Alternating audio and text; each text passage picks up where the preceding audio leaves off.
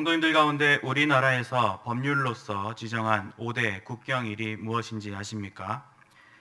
3.1절, 또 제헌절, 광복절, 개천절, 한글날 이렇게 5가지가 우리나라의 5대 국경일이라고 합니다. 이 중 유일하게 공휴일이 아닌 날이 있는데 바로 오늘인 제헌절이 그렇습니다. 이 제헌절은 광복 이후 대한민국 정부 수립과 자유민주주의를 기본으로 한 헌법이 공포된 것을 기념하고자 제정된 날로 금일 71주년을 맞이하였습니다. 이렇게 자랑스럽고도 중요한 날이지만 정작 공휴일에서 제외되고 또 강조하지 않다 보니 오늘 대부분의 가정에서 태극기를 달지 않고 있듯이 의미를 잃어가고 또 외면받고 있는 실정입니다. 아니, 이젠 그 의미를 잃는 것을 넘어 이제 법치주의를 파괴하고 때론 악용하며 헌법의 본 정신인 자유민주주의의 국가 이념마저 무너뜨리는 시도들이 우리 눈앞에 펼쳐지고 있습니다. 특별히 우리 신자들도 하나님 나라의 백성으로서 부여받은 법규들이 있습니다.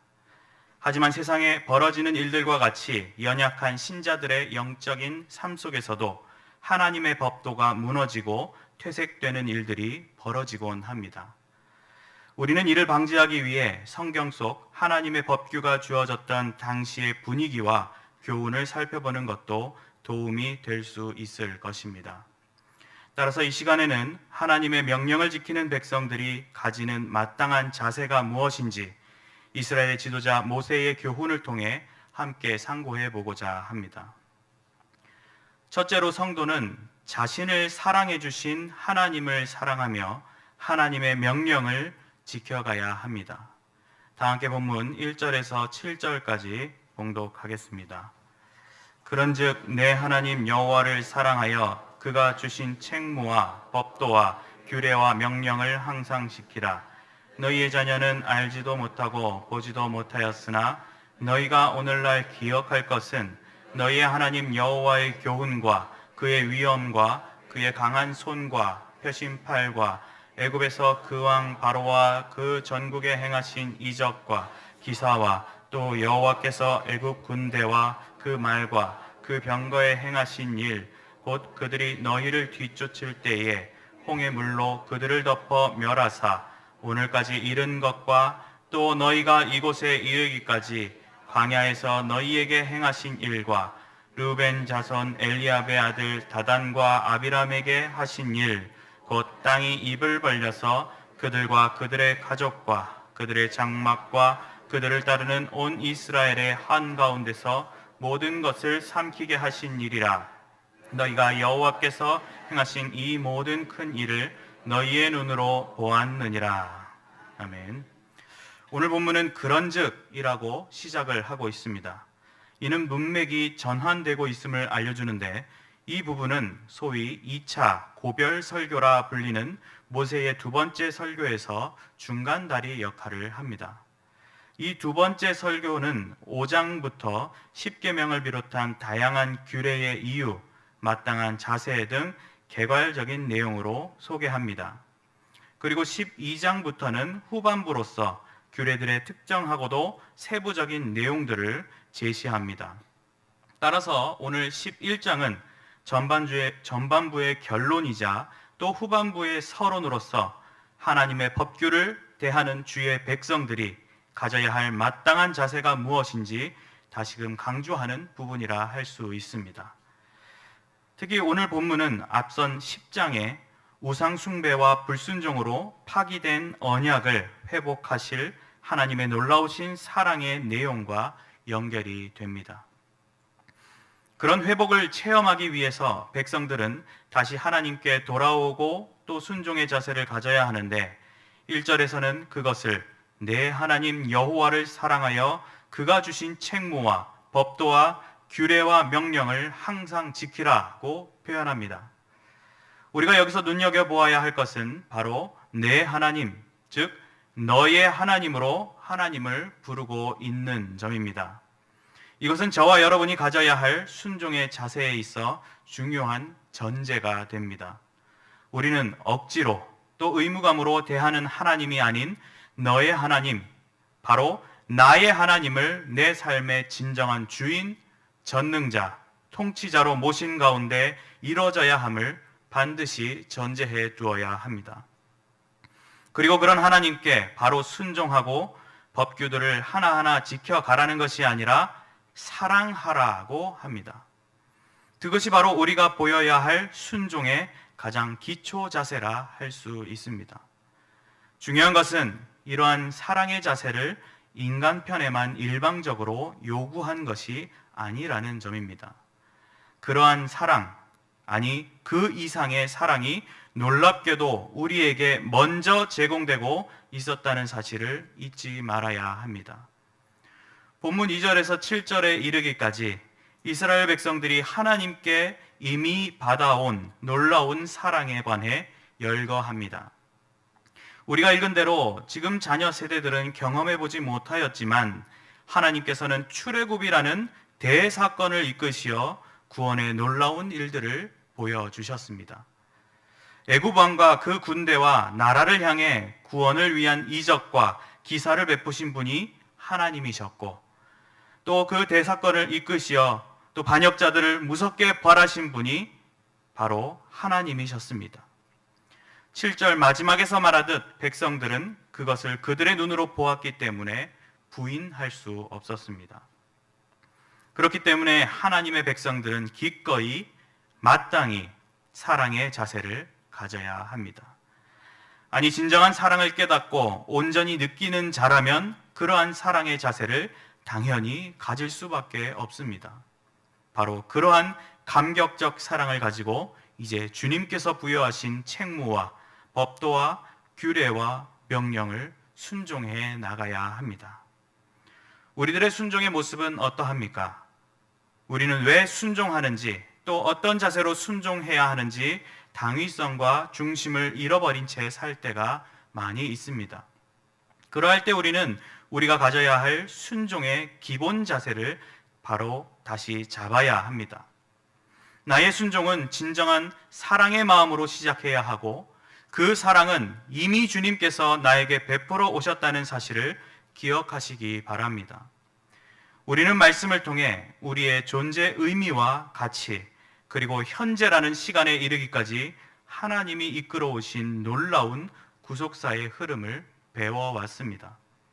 또 우리는 각자의 삶 속에서 때때로 힘들고 피곤하며 난처한 상황들을 겪지만 마침내 깊고도 은밀하게 그 선하신 뜻을 이뤄가시는 주님의 사랑을 체험하기도 합니다. 우리 교회는 어떻습니까? 40년이 넘는 시간 동안 여러 박해와 어려움, 배신과 분열 속에서도 주님은 우리를 지켜주셨고, 성도들은 꿋꿋이 주님이 원하시는 일들을 감당해 왔습니다. 이 조국 대한민국의 역사도 주님의 사랑과 보호하심의 손길을 결코 부인할 수 없습니다.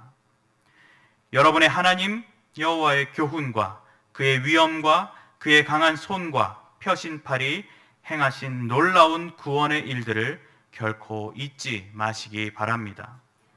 그리고 그 뜨거운 사랑을 가슴에 품고 하나님을 온전히 사랑함으로 참된 순종을 실현하고 주님의 나라 완성을 위한 귀한 수단으로 거듭나시기 바랍니다. 내가 먼저 받은 하나님의 사랑을 기억하면서 하나님을 사랑함으로 항상 순종하는 성도님들이 되시기를 바랍니다. 둘째로, 성도는 자신을 풍요케 하실 하나님을 소망하며 하나님의 명령을 지켜가야 합니다. 다 함께 본문 8절에서 17절까지 봉독하겠습니다. 그러므로 너희는 내가 오늘 너희에게 명하는 모든 명령을 지키라. 그리하면 너희가 강성할 것이요 너희가 건너가 차지할 땅에 들어가서 그것을 차지할 것이며, 또 여호와께서 너희의 조상들에게 맹세하여 그들과 그들의 후손에게 주리라고 하신 땅, 곧 젖과 꿀이 흐르는 땅에서 너희의 날이 장구하리라. 내가 들어가 차지하려 하는 땅은 내가 나온 애굽 땅과 같지 아니하니 거기에서는 너희가 파종한 후에 발로 물대기를 채소밭에 댐과 같이 하였거니와, 너희가 건너가서 차지할 땅은 산과 골짜기가 있어서 하늘에서 내리는 비를 흡수하는 땅이요 내 하나님 여호와께서 돌보아 주시는 땅이라. 연초부터 연말까지 내 하나님 여호와의 눈이 항상 그 위에 있느니라. 내가 오늘 너에게 명하는 내 명령을 너희가 만일 청종하고 너희의 하나님 여호와를 사랑하여 마음을 다하고 뜻을 다하여 섬기면 여호와께서 너희의 이른 비 늦은 비를 적당한 때에 내리시리니 너희가 곡식과 포도주와 기름을 얻을 것이요 또 가축을 위하여 들에 풀이 나게 하시리니 내가 먹고 배부를 것이라. 너희는 스스로 삼가라. 두렵건대 마음에 미혹하여 돌이켜 다른 신들을 섬기며 그것에게 절함으로 여호와께서 너희에게 진노하사 하늘을 닫아 비를 내리지 아니하여 땅이 소산을 내지 않게 하심으로 너희가 여호와께서 주신 아름다운 땅에서 속히 멸망할까 하노라. 아멘. 이어서 모세는 그러므로라 하며 조금 전 살펴본 내용들을 정리하며 백성들에게 명하는 모든 명령을 지킬 것을 당부합니다. 그리고 그런 순종이 있을 때 너희가 강성할 것이라고 선언합니다. 이 말은 영적으로 담대해지는 것을 의미하는데 과거 불순종함으로 담대하지 못하여 열등의식에 사로잡혔던 백성들의 모습을 떠올려 볼 수 있습니다.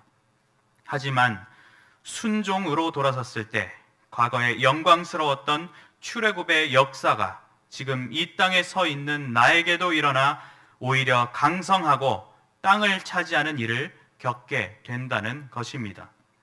이제 9절부터는 백성들이 차지하게 될 아름다운 땅에 대한 소개가 이어집니다. 여호와께서 너희의 조상들에게 맹세하여 그들과 그들의 후손에게 주리라고 하신 땅, 즉 약속의 땅, 젖과 꿀이 흐르는 땅에서 백성들의 날이 장구하리라고 합니다.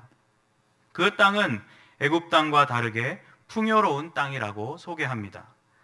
애굽에서는 파종 후 발로 물 대기를 하였다 했는데 이는 물 공급이 어렵고 강수량도 일정치 않아 나일강의 운하를 공급하기 위한 시설입니다. 하지만 건너가서 차지할 땅은 산과 골짜기가 있어서 하늘에서 내리는 비를 흡수하는 좋은 땅이라고 합니다. 또한 이 땅은 14, 15절에서도 설명하듯이 적당할 때 뿌려주시는 이른 비와 늦은 비, 소산물로 얻을 포도주와 기름, 그리고 각축과 풀로 좋은 땅이라 소개되고 있습니다. 그런데 이러한 내용들을 성도들의 삶의 세상적 좋은 환경, 세상적 최고의 여건들이 절대적으로 제공되는 것으로 오해할 수 있습니다. 사실 일부 지역을 제외하면 산악지대인 가나안 땅은 평지인 애굽보다 농사짓기에 여러모로 더 어려운 환경이라 합니다. 따라서 본문의 좋은 표현들은 1차적인 자연적 환경만으로 이해할 것이 아니라 그 땅의 언약적 가치와 영적 결실의 의미로도 접근할 필요가 있습니다. 즉, 애굽은 백성들이 종살이로 고생만 한다면 좋은 시설을 활용해 더 좋은 농사 환경이 될 수 있겠지만 하나님을 바라볼 여건이 되지 않고 놀랍도록 채워주시는 은혜를 체험하기 힘든 곳일 뿐입니다. 하지만 가나안 땅은 하나님을 마음껏 예배하며 풍성한 은혜를 체험할 수 있으며 하나님의 복이 가득한 곳입니다. 비록 농사의 조건은 완전하지 못하지만 그런 조건들을 뛰어넘는 풍요를 베푸시는 복된 땅인 것입니다. 성도는 세상적 가치에 빠져 눈만 높게 가질 것이 아니라 그러한 개념과 수준의 풍요를 소망해야 하는 것입니다. 그리고 그러한 땅에서도 결코 방심하면 안 되고 처음에 마음가짐으로 하나님만 바라보아야 함을 16, 17절을 통해 강조합니다. 즉, 가나안 땅은 불순종 시 비를 내리지 않게 하여 소산을 가질 수도 없는 하나님 절대 의존의 땅인 것입니다. 12절에서 내 하나님 여호와께서 돌보아 주시는 땅이라 연초부터 연말까지 내 하나님 여호와의 눈이 항상 그 위에 있느니라고 한 것과 같이 성도는 허락하신 땅에서 자부심과 경외심을 동시에 겸비해야 합니다. 바로 저와 여러분이 살아가는 삶의 모습이 그러해야 하지 않겠습니까? 우리는 먼저 우리의 순종함이 우리를 풍요케 하시는 일이 됨을 바르게 이해해야 합니다. 그리고 동시에 그 풍요는 세상적 기준의 풍요가 아니란 것도 동시에 기억해야 합니다. 우리의 관심을 세상적 기준에 맞춰가는 것은 하나님의 크고 놀라우신 계획을 세상적 기준으로 제한, 축소시켜버리는 과오이자 큰 손해일 뿐입니다. 우리는 우리가 나아갈 순종의 자리에 서서 하나님의 계획과 흐름 가운데 최고의 옵션으로 이끌어 주심을 깨달아야 합니다. 신앙생활, 교회생활이라는 영역 속에서 나의 모습, 내가 걸어가는 길, 내가 나아가는 땅이 아닌 것처럼 보일 수 있습니다. 하지만 영적으로 살펴보며 비교해 보았을 때, 또 나중에 그것을 돌아보았을 때 우리는 분명 생각지도 못한 하나님의 크신 복을 우리는 세고 있을 것입니다. 그가 사모하는 영혼에게 만족을 주시며 줄인 영혼에게 좋은 것으로 채워주심이로다고 했던 시편 기자의 고백처럼 반드시 승리케 하시고 채워주시는 하나님의 사랑을 전적으로 신뢰하시기 바랍니다. 인생의 진정한 풍요를 베풀어 주실 분이 하나님이심을 기억하시는 가운데 하나님을 소망함으로 모든 것에 순종하는 성도님들이 되시길 바랍니다. 셋째로 성도는 자신의 자녀들도 복되게 하실 하나님을 의지하며 하나님의 법도를 가르쳐야 합니다. 다 함께 본문 18절에서 25절까지 봉독하겠습니다. 이러므로 너희는 나의 이 말을 너희의 마음과 뜻에 두고 또 그것을 너희의 손목에 매어 기호를 삼고 너희 미간에 붙여 표를 삼으며 또 그것을 너희의 자녀에게 가르치며 집에 앉아 있을 때에든지 길을 갈 때에든지 누워 있을 때에든지 일어날 때에든지 이 말씀을 강론하고 또 내 집 문설주와 바깥 문에 기록하라. 그리하면 여호와께서 너희 조상들에게 주리라고 맹세하신 땅에서 너희의 날과 너희의 자녀의 날이 많아서 하늘이 땅을 덮는 날과 같으리라. 너희가 만일 내가 너희에게 명하는 이 모든 명령을 잘 지켜 행하여 너희의 하나님 여호와를 사랑하고 그의 모든 도를 행하여 그에게 의지하면 여호와께서 그 모든 나라 백성을 너희 앞에서 다 쫓아내실 것이라. 너희가 너희보다 강대한 나라들을 차지할 것인즉 너희의 발바닥으로 밟는 곳은 다 너희의 소유가 되리니 너희의 경계는 곧 광야에서부터 레바논까지와 유브라데 강에서부터 서해까지 너희의 하나님 여호와께서 너희에게 말씀하신 대로 너희가 밟는 모든 땅 사람들에게 너희를 두려워하고 무서워하게 하시리니 너희를 능히 당할 사람이 없으리라. 아멘. 이제 모세는 하나님의 법도를 순종함에 있어 조금 다른 측면을 강조하는데 이는 앞서 신명기 6장에서 선포하였던 율법 준수의 명령의 반복 부분이기도 합니다. 먼저 말씀을 받는 백성들로 하여금 하나님의 명령을 그 마음과 뜻에 두고 손목에 매어 기호를 삼고 미간에 붙여 표를 삼으라고 합니다. 여기서 마음과 뜻은 영적인 존재인 우리 인간의 내면 깊은 곳에 하나님의 법도를 담아내라는 것이고 또 손목은 활동력, 행동의 상징으로서 그것을 삶의 원리로 삼으라는 것이며 미간의 표는 생각과 사고의 판단 기준으로 여기라는 것입니다. 그런데 모세는 그러한 삶의 중요한 지침을 명령을 받는 자들에 국한시키지 않고 자녀 세대, 미래의 세대에도 교육할 것을 역설합니다. 19절에 그것을 자녀에게 가르치며 집에 앉아 있을 때에든지 길을 갈 때에든지 누워 있을 때에든지 일어날 때에든지 이 말씀을 강론하고 라고 하며 언제 어디서나 무엇을 하든지 자녀들을 말씀으로 가르칠 것을 강조합니다. 또한 집 문설주와 바깥문에 기록하여 집을 드나드는 자녀들, 손님들이 말씀을 가까이 하고 또 말씀 안에 거하도록 해줄 것을 명령합니다. 그렇게 하였을 때, 즉 하나님의 법도를 가까이 하고 준수하며 다음 세대의 전수에 나갈 때 21절의 표현대로 가나안 땅에서 너희와 자녀의 거주할 날들이 계속 이어지고 하늘이 땅을 덮고 있는 날과 같은, 즉 계속해서 소유할 수 있음을 선언하고 있습니다. 참으로 미래 소망적이고 거국적인 선언이 아닐 수 없습니다. 그리고 22절부터는 앞에서 강조했던 내용과 비슷하게 온전한 순종을 이뤄냈을 때 약속한 땅에서 강대한 민족과 나라들을 이겨내며 그 땅을 소유하게 될 것을 다시금 확신시켜 줍니다. 자녀 교육의 교훈은 이 시대 교회 운동을 펼쳐가는 저와 여러분들에게 결코 간과해서는 안 될 신자의 자세를 가르칩니다. 성도가 지켜야 할 하나님의 법도와 올바른 순종의 자세를 그저 부담과 버거운 의무로 여기지 않고 삶의 최고의 행복이요 번성의 과정임을 깨닫는다면 성도는 그러한 특권을 자신의 자녀에게도 베풀고 싶게 됩니다. 물론 자녀는 또 하나님 앞에서 그들 나름의 인생이 있기에 그 교육 방침대로 따르지 않는 경우도 있을 것입니다.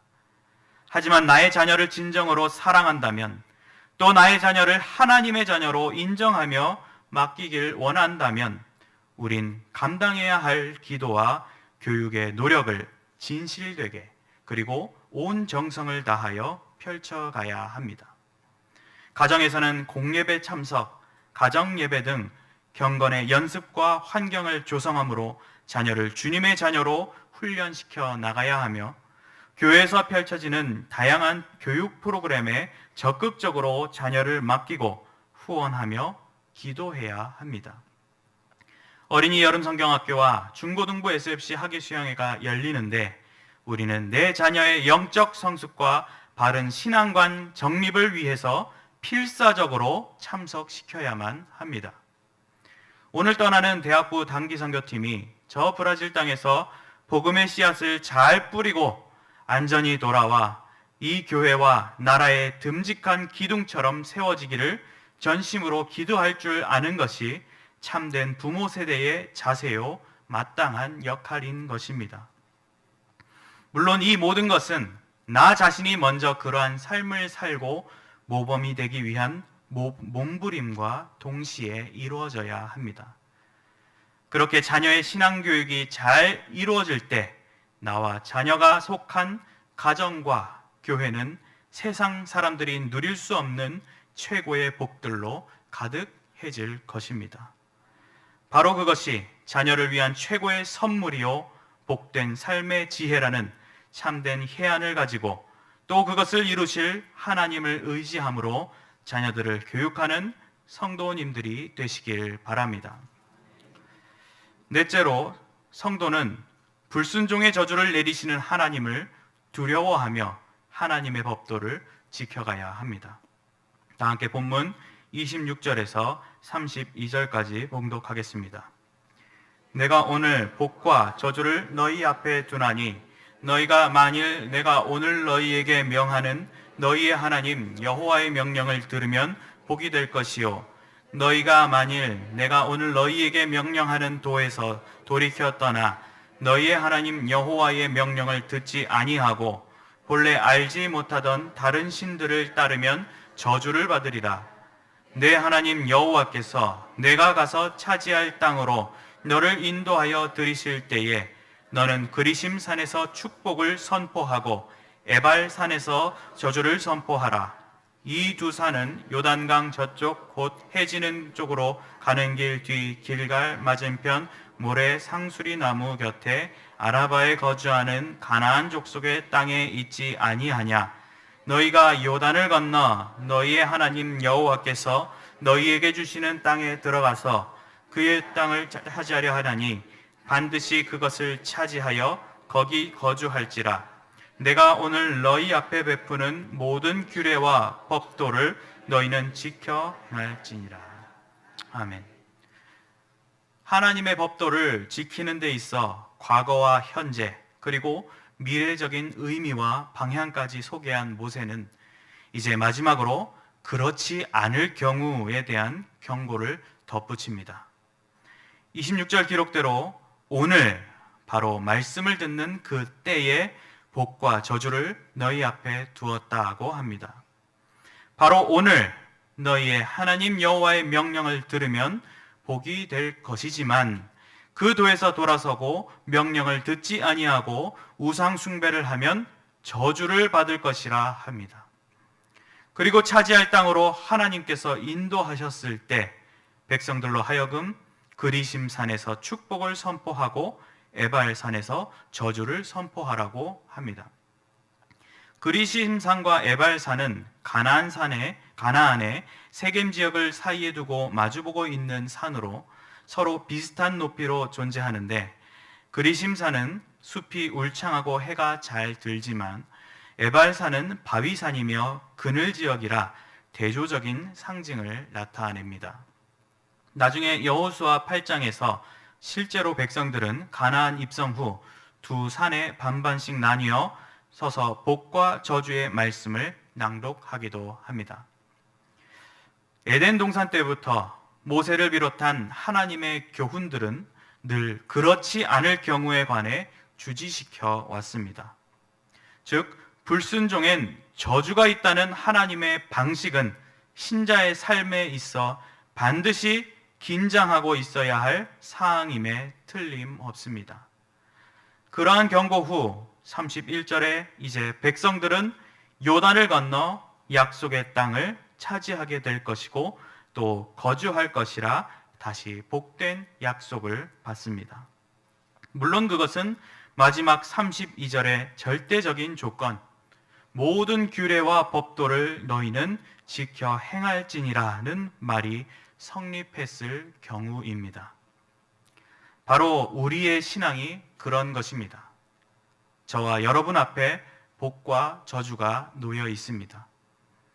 우리가 복된 삶을 사는 것은 세상의 치졸한 사람들과 같이 말로 아부를 떠는 것으로 얻을 수 있는 것이 아닙니다. 또 돈으로 환심을 사서 해결할 수 있는 일이 결코 아닙니다.